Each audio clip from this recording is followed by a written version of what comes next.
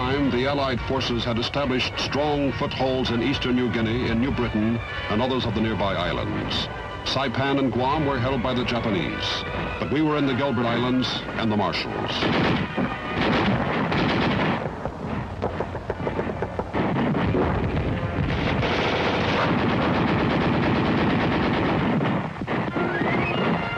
We had hacked out strong bases from which we intended to attack the very numerous Japanese Army, Navy, and air bases in the Philippines.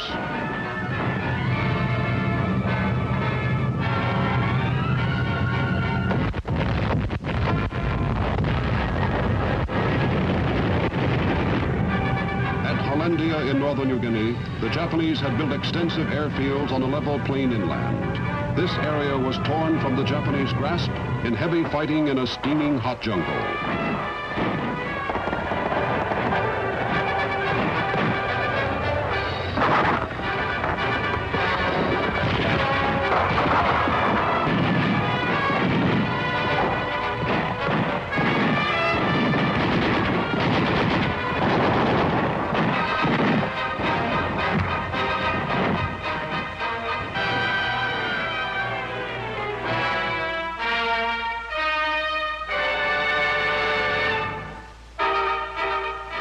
From New Guinea, the 8th Army commanded some 200,000 men, strung out before the big jump-off over about 1,200 miles of jungle and desolate islands.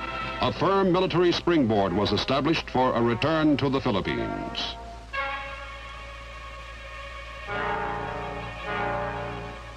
Then at Leyte in the Philippines, October 1944.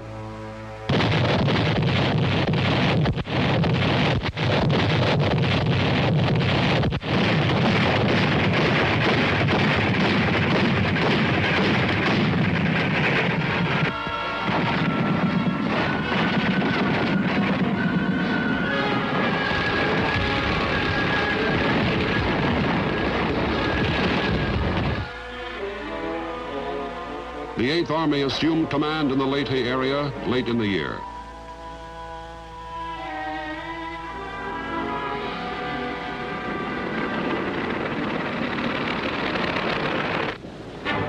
Then in the next few months, the 8th set all-time records for swift amphibious movement. There were 52 D-days. For a month and a half, there was a landing somewhere on an average of one every 36 hours.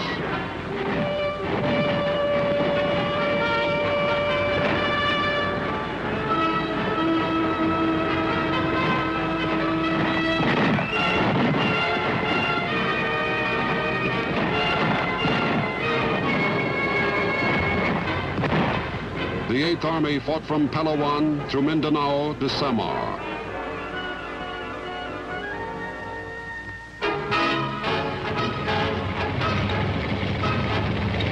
And especially, it fought for Manila.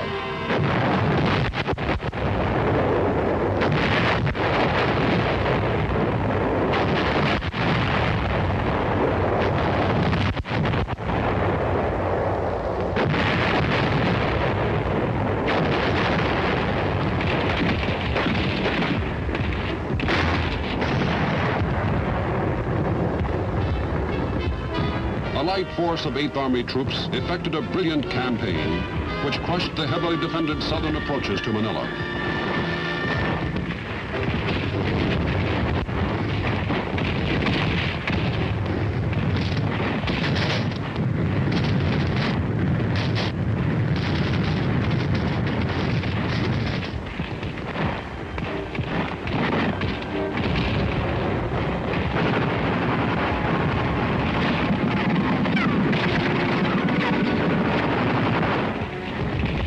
Our casualties and those of the enemy were very high.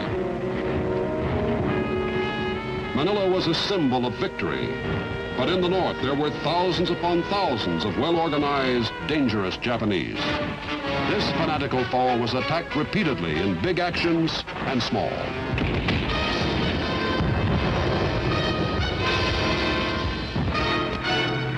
As the 8th Army prepared for an all-out attack on Tokyo and Yokohama, the Japanese surrendered.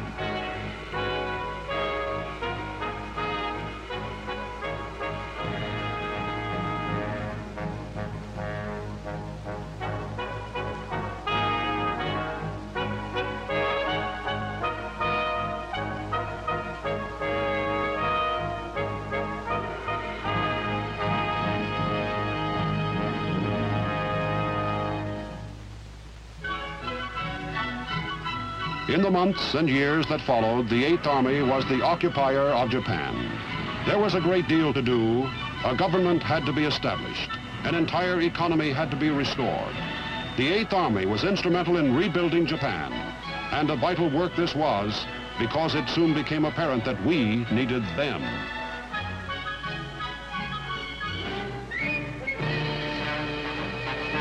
After we won the battle against the Axis powers, we soon found that one of our former allies, Russia, was expanding, aggressive, and dangerous.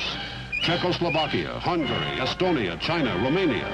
A long list of countries are dominated by the hammer and sickle.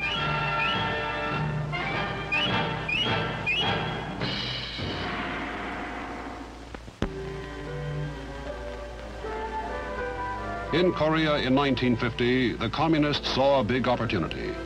The forces of South Korea were weak, but North Korea had been heavily reinforced. No one knows what went on in the Red Secret Councils, but it is reasonable to suppose that a decisive communist victory in Korea would have greatly influenced all of Asia.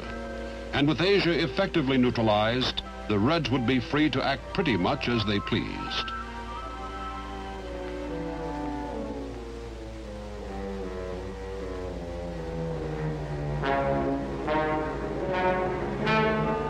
The communists could then turn the full strength of their enormous military resources against Europe and America. That is why suddenly on June 25, 1950, a new hell broke loose.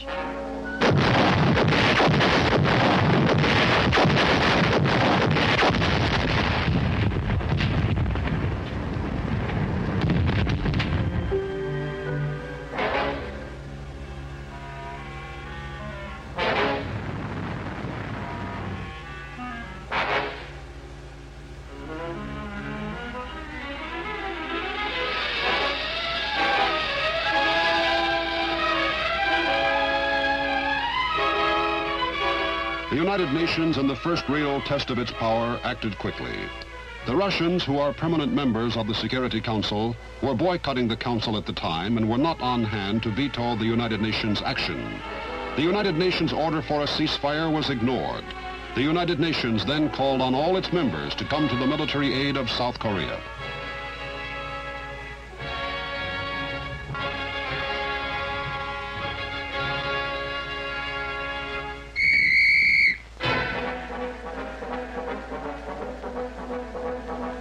Our soldiers in Japan were mostly new recruits to the Eighth Army, from which the veterans had long since gone. The communists' attack was sudden and well prepared. Our Eighth Army was a long way away, dispersed at camps and at garrison headquarters throughout Japan. But as quickly as possible, these men were poured into South Korea.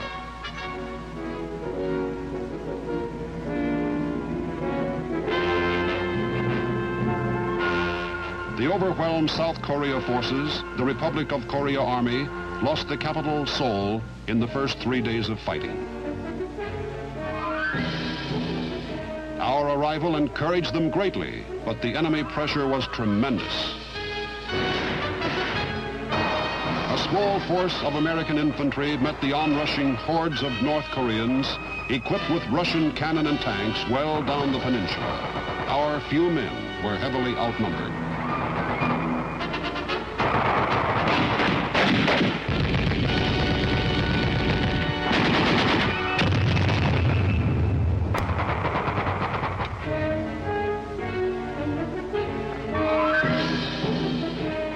We fell back on Taiwan. Taiwan, the first big battle, was a bloody one. Many of our inadequate forces were killed or captured.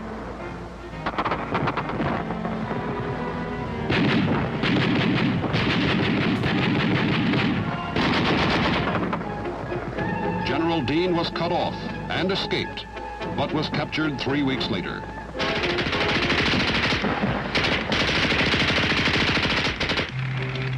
Taiwan fell to the communists. We consolidated further down the peninsula around the big port of Busan.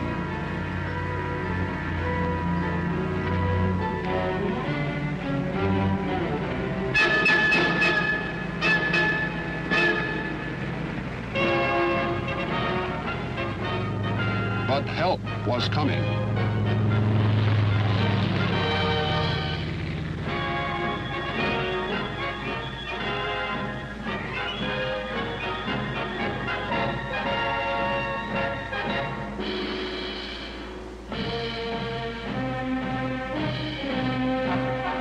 As men and materials poured ashore, the 8th Army threw a big 200-mile loop around the beachhead.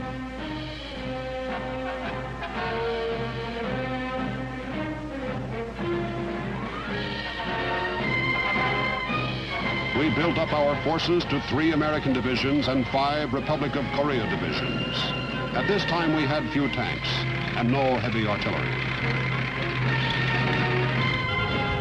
Our forces were rushed from danger point to danger point, as our thin lines were attacked by 8 North Korean divisions with 7 in reserve. Many times in those early days, only a few hundred Americans stood between the Reds and Pusan.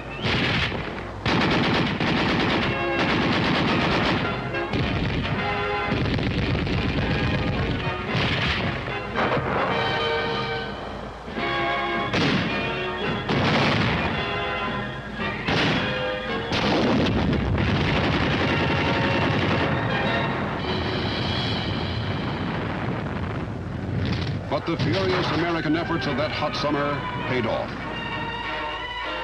The casualties of the attacking North Koreans were enormous. The beachhead held.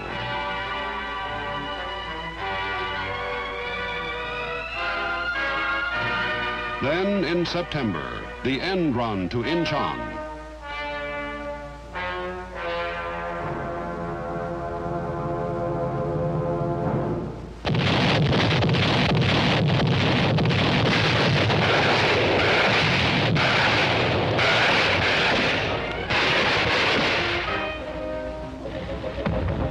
As the 8th Army hit hard from the south, a new force of Marines and infantry from Japan slammed into the middle of the peninsula.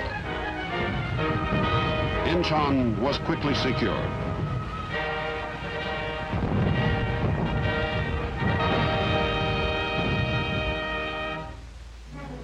And our forces fanned out towards the airfields and Seoul.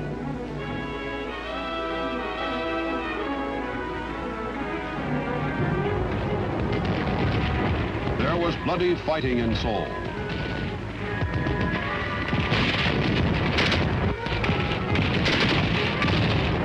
The capital came back into our hands just 3 months after it had fallen to the North Koreans. Down south, the 8th Army roared out of the Pusan beachhead and took off after the running North Korean divisions.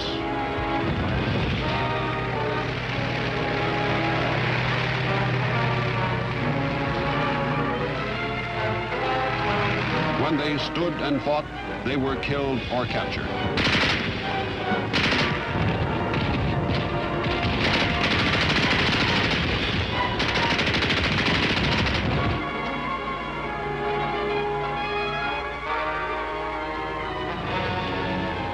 The 8th Army's 1st Cavalry Division Tank Infantry Task Force went 105 miles in 3 days. In a month, the 8th Army was in Pyongyang, the capital of North Korea.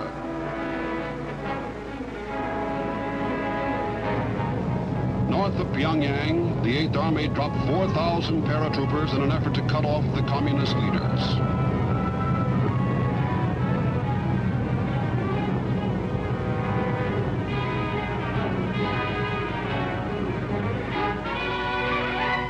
But the communists had withdrawn. The 8th Army was truly an international force now. There were Britishers, French, Dutch, Greeks, and many others. The United Nations, in its first test of its effectiveness, was a strong, cohesive force. 10th Corps units reached the Yalu River, which divides North Korea from China. The morale of our troops was high that October, as the men looked across at a grim, gray Manchuria. The war was almost won. Hundreds of thousands of North Korean soldiers had been killed or captured. There were only about 40,000 effectives left. But in China, across the border, there were uncounted millions of men.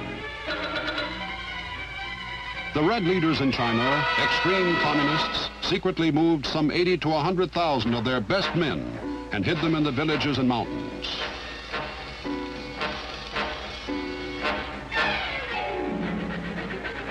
They attacked on October 14, 1950. The 8th Army, under the weight of sudden surprise Chinese attack, pulled back. There was little choice. The Chinese poured hundreds of thousands of Russian-equipped men into Korea, fresh young troops with a secure base across the border. The 8th Army fell back a long way that bleak winter. Up in the northeast, Marines of the 10th Corps made their famous withdrawal in the face of an enormous enemy and in below-zero cold to the seacoast and escaped.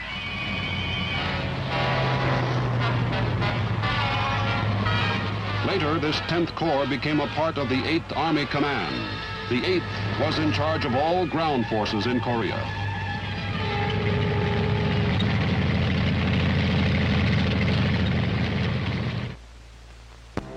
Then the 8th lost its field commander, Lieutenant General Walker, a tough tactician in the Patton tradition. He was killed in an accident. A massive Chinese attack of 250,000 men drove the 8th further south. Seoul and Incheon were lost again.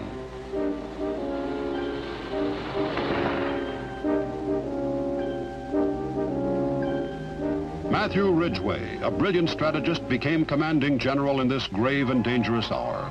His plan of operation was a simple one. Use our now greater firepower to destroy the communist force as rapidly as possible. The battle moved down to almost the same ground fought over in the first North Korean surge. There, the 8th held and effectively fought back.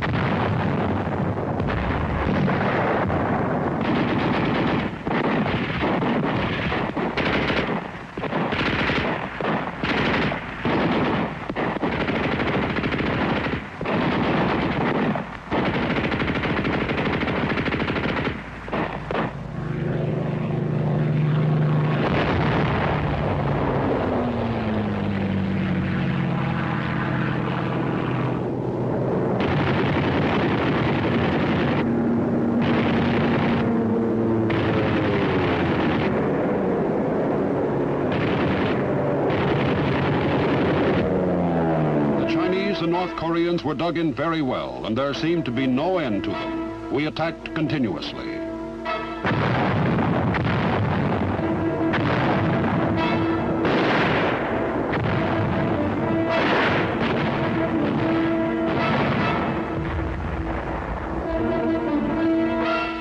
When they could cut off one of our groups, they attacked us.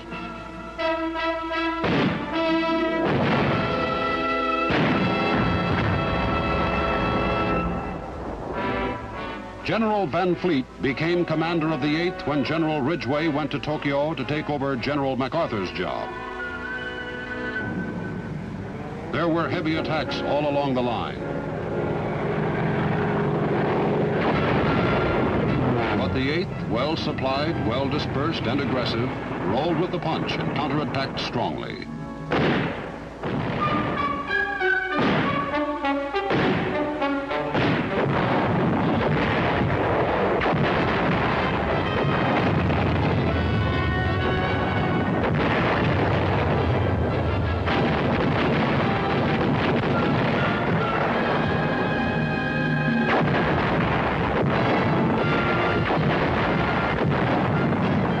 The Chinese power was gone. They knew it.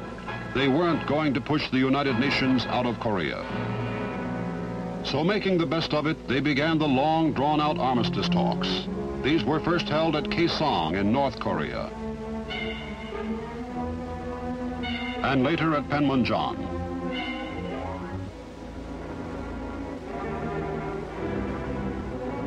These talks were bitter and frustrating. Wear the UN down were the tactics now. Wear them out. Fight with words. Delay. Stall. While the talks wore on, there was hard fighting north of the old border where we had stabilized a strong line.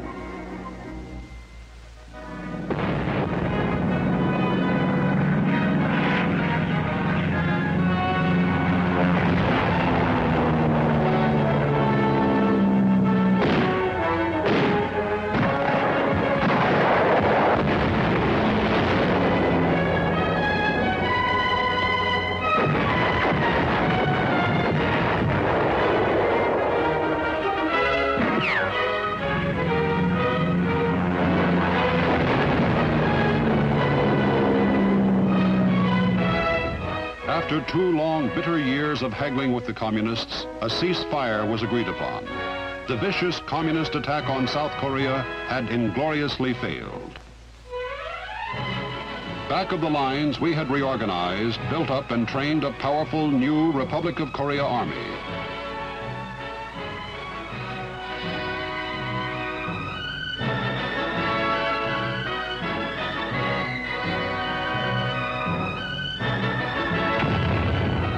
This army, under the supervision of veterans of the fighting against the North Koreans and Chinese, is American trained, American equipped, and American supported.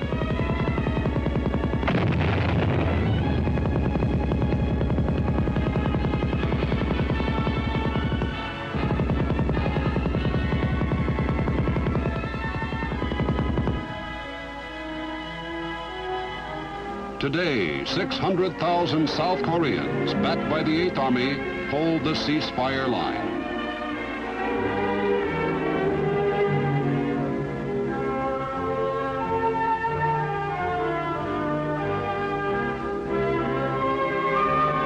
History will record that the 8th Army, representing the United Nations, had done the job it was asked to do. It was a magnificent job. To this day, the communists have not attempted to force their will on the free world by means of a massive military attack.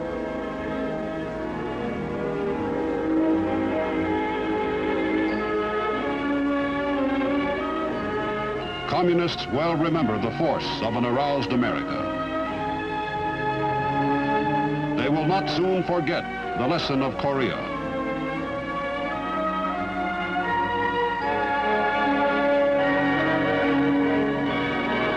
They will not soon forget the 8th United States Army.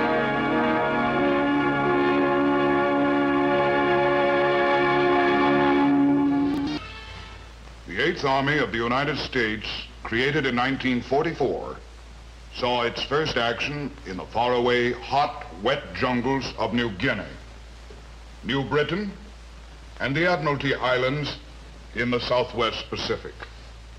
The 8th Army cleared this hotly defended area of Japanese, then drove up through the Philippines, retook Manila, and at the end of the war, occupied Japan.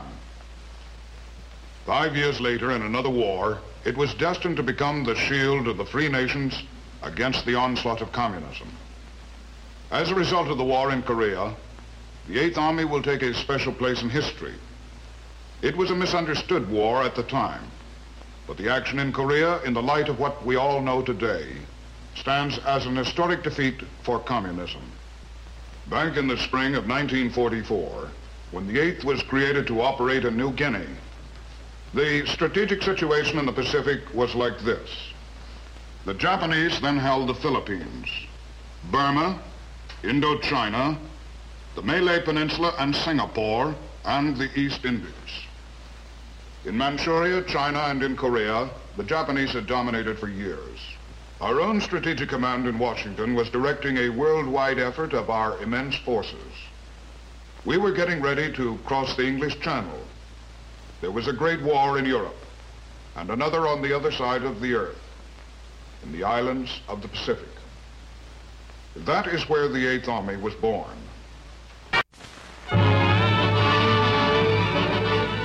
An army is known by its leaders. An army is remembered for the deeds of its men.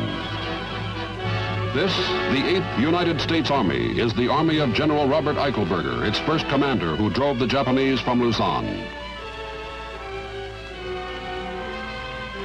Of Walton H. Walker, 8th Army commander, killed in a jeep accident in Korea. Of Matthew Ridgway, who would become Chief of Staff of the United States Army. Of James Van Fleet, author of Final Victory in Korea. Of Maxwell Taylor, strategist and diplomat.